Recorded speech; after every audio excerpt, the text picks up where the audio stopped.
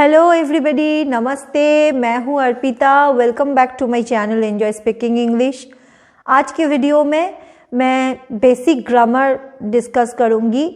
मैं बहुत ज़्यादा ग्रामर नहीं डिस्कस करूँगी, जितना हमारे स्पोकन इंग्लिश के लिए ज़रूरत है मैं उतना ही ग्रामर डिस्कस करूँगी, not so much extended form.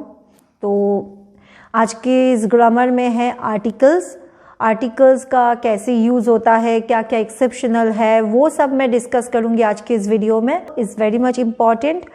तो चलो आज का वीडियो स्टार्ट करते हैं। Let get started. तो आज के टॉपिक में जो हम लोग वावल्स और आर्टिकल्स ये सब डिस्कस करेंगे, तो हम लोगों को सबसे पहले ये जानकारी रखना चाहिए कि आर्टिकल जो है वो दो टाइप के होते हैं, डेफिनिट और इनडेफिनिट। डेफिनिट आर्टिकल के अंडर आते हैं दी या दा, जैसे आप प्रोनाउंस करें दी या दा, वो होता है डेफिनिट आर्टिकल। और बाकी जो दो है ए और एन, वो जो यूज होता है वो दोनों है इनडेफिनिट आर्टिकल्स।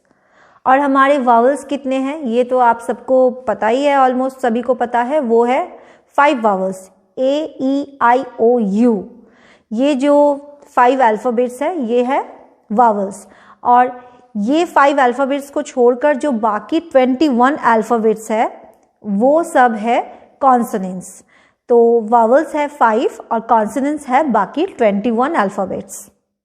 अगर कोई वर्ड सिंगल है, जैसे कि वन पर्सन, पर्सन्स नहीं पर्सन, मतलब एक ही इंसान को मीन कर रहे हैं, तो वहाँ पे जो पर्सन का पी है वो तो वावल नहीं है, वो कॉन्सोनेंट है। तो जो कॉन्सोनेंट वाला वर्ड रहेगा, मतलब शुरुआत में कॉन्सोनेंट अल्फ़ाबेट रहेगा, और वो वर्ड अगर सिंगुलर फॉर्म में है, सिंगल फॉर्म में है, तो उसके पहले ए बैठेगा। ए या अ जैसे आप प्रोनाउंस करो वो बैठेगा। जैसे कि ए मैन, एम कंसोनेंट है, M is not a vowel, तो एम वो मैन है, मतलब मेन नहीं है, एक ही आदमी को बोला जा रहा है, ए मैन। ऐसे ही same a woman, a man, a woman, a dog, a book. ऐसे जैसे ही कोई सिंगल वर्ड को मीन किया जाएगा और कॉन्सोनेंट से स्टार्ट होगा वो वर्ड, तो उसके पहले ए बैठेगा, ए या अ जैसे आप प्रोनाउंस करो वो बैठेगा। अगर कोई वर्ड सिंगुलर फॉर्म में रहेगा लेकिन उस वर्ड का स्टार्टिंग वावल से होगा, जैसे कि एग, अंडा, एग, EGG एग, यहाँ पे ई से स्टार्ट हो रहा है और ई इज अ वावल, तो इसीलिए इसके पहले एन बैठेगा, यहाँ पर ए नहीं बैठेगा।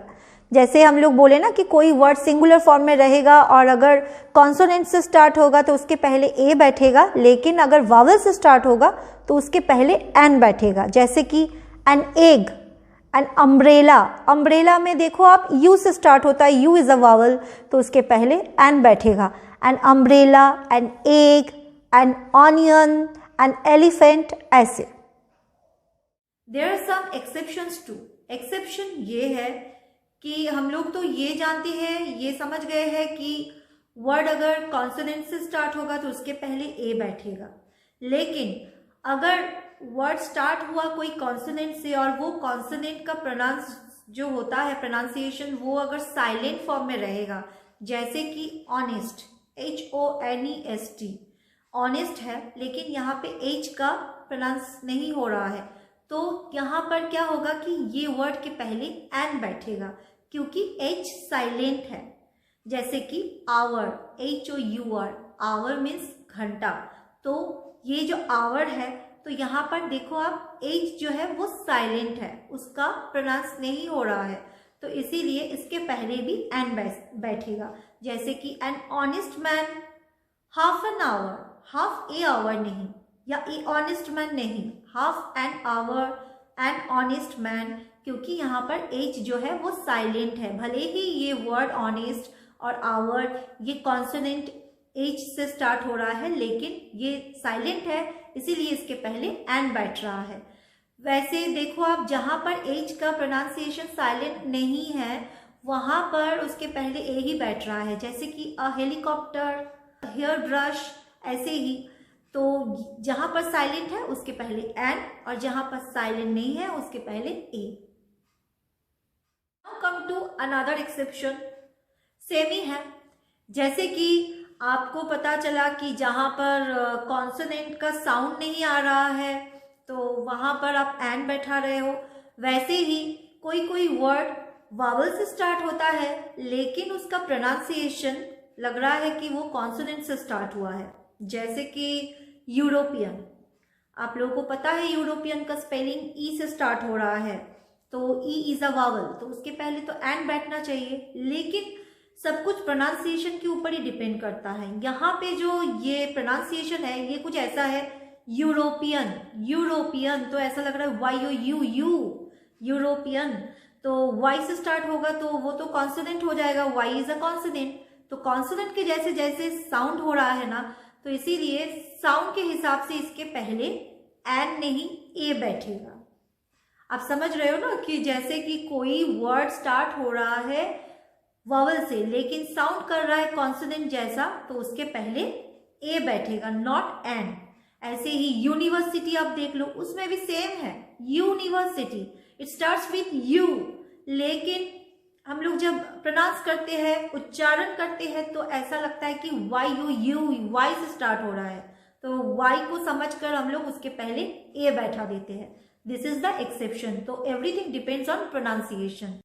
For example, he studies in a university, university U से स्टार्ट हो रहा है लेकिन वाई यू यू ऐसा फीलिंग आ रहा है, तो he studies in a university, not in an university, he studies in a university. She is a European lady, she is a European lady, not an European lady, she is a European lady. कोई कोई चीज एक ही होता है, एक मात्र होता है, मतलब वो एक ही एग्जिस्ट करता है। जैसे कि हमारे सूरज, चंदा, फिर हमारा आसमान, हमारा पृथ्वी, तो वो एक ही है, वन एंड ओनली। तो इसके पहले हम लोग दी बैठाएंगे, दी या द, जैसे आप बोलो। तो जैसे कि the sun, the moon, the sky, the earth, ऐसे बोलेंगे क्योंकि वो वन एंड ओनली है, मतलब वो एक ही है। तो उसके पहले द सन, नॉट ए सन, क्योंकि और कोई सन है ही नहीं। तो the sun, the moon, the earth, the sky, ऐसे। अब मैं आपको कुछ एग्जाम्पल्स देकर समझाती हूँ। जैसे कि the sun rises in the east, the sun rises in the east. East direction एक ही है, जैसे ईस्ट, वेस्ट, नॉर्थ, साउथ, ये सब डायरेक्शन एक ही है। मतलब नॉर्थ एक डायरेक्शन, साउथ एक डायरेक्शन, एक ही डायरेक्शन ईस्ट होता है। ईस्ट बहुत सारे डायरेक्शंस नहीं होते हैं। तो उसके पहले दी बैठता है, जो यूनिवर्सल है, मतलब वो वन एंड ओनली है, उसके पहले दी बैठता है। The sun rises in the east, the moon moves around the earth, the moon moves around the earth. ऐसे ही the sky is overcast, the sky is overcast. जब हम किसी स्पीसीज को मीन करते हैं तो उसके पहले हम लोग क्या बैठाते हैं, उसके पहले हम लोग दी बैठाएंगे। दी या दा, जो आप प्रोनाउंस करो, जैसा आप उच्चारण करो, तो वो हम बैठाते हैं स्पीसीज के पहले। स्पीसीज मीन्स प्रजाति। प्रजाति यहाँ पे कैसे, जैसे कि हम लोग बोल रहे हैं कि गाय जो है वो दूध देते हैं, तो हम लोग ऐसे बोलते हैं इंग्लिश में द काउ गिव्स मिल्क। यहाँ पे द काउ मीन्स पूरे गाय के प्रजाति को समझा रहे हैं, नॉट वन पर्टिकुलर काउ, तो इसीलिए बोल रहे हैं द काउ गिव्स मिल्क। ऐसे ही कुत्तों का भी है कि वो भौंकते हैं, द डॉग बर्क्स। यहाँ पे कोई एक पर्टिकुलर डॉग को नहीं मीन कर रहे, उसका पूरा स्पीसीज को मीन कर रहे हैं। The dog barks, the cow gives milk. तो आपको समझ में आया ना, यहाँ पे मतलब the cow means all cows and the dog means all dogs. किसी जगह पर सिर्फ द ही बैठता है, जैसे कि आप कोई रिवर का नाम लो, रिवर मीन्स नदी, नदी का नाम लो, तो वो नदी का जो नाम है उसके पहले द ही बैठेगा, द या दी, जैसा आप प्रोनाउंस करो वही बैठेगा। जैसे कि द गंगा, द नर्मदा, क्योंकि हर कोई रिवर एक ही है और मतलब वो नाम का एक ही रिवर होता है और उसके पहले द ही बैठेगा। क्योंकि the is a definite article, definitely उसी को ही समझाते हैं, इसीलिए द बैठते हैं। जैसे कि the Ganga is a sacred river, तो यहाँ पे गंगा के पहले द बैठ रहा है। ऐसे ही रिवर के जैसे आप देख लो डेजर्ट, डेजर्ट मीन्स मरुभूमि, डेजर्ट, वहाँ भी मतलब किसी भी डेजर्ट के नाम लोगे तो उसके पहले द ही बैठेगा। The Sahara, the third desert, ऐसे आप बोलो the third desert is located in India, तो ये जो थर्ड डेजर्ट है उसके पहले द बैठ रहा है। ऐसे ही आप ओशन का नाम लो, ओशन मीन्स महासागर, महासागर का नाम लो तो वही द ही बैठेगा उसके पहले।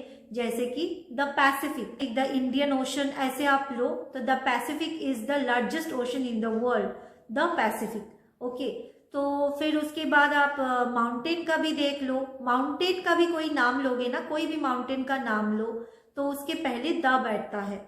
जैसे the Himalayas, the Himalayas protect us.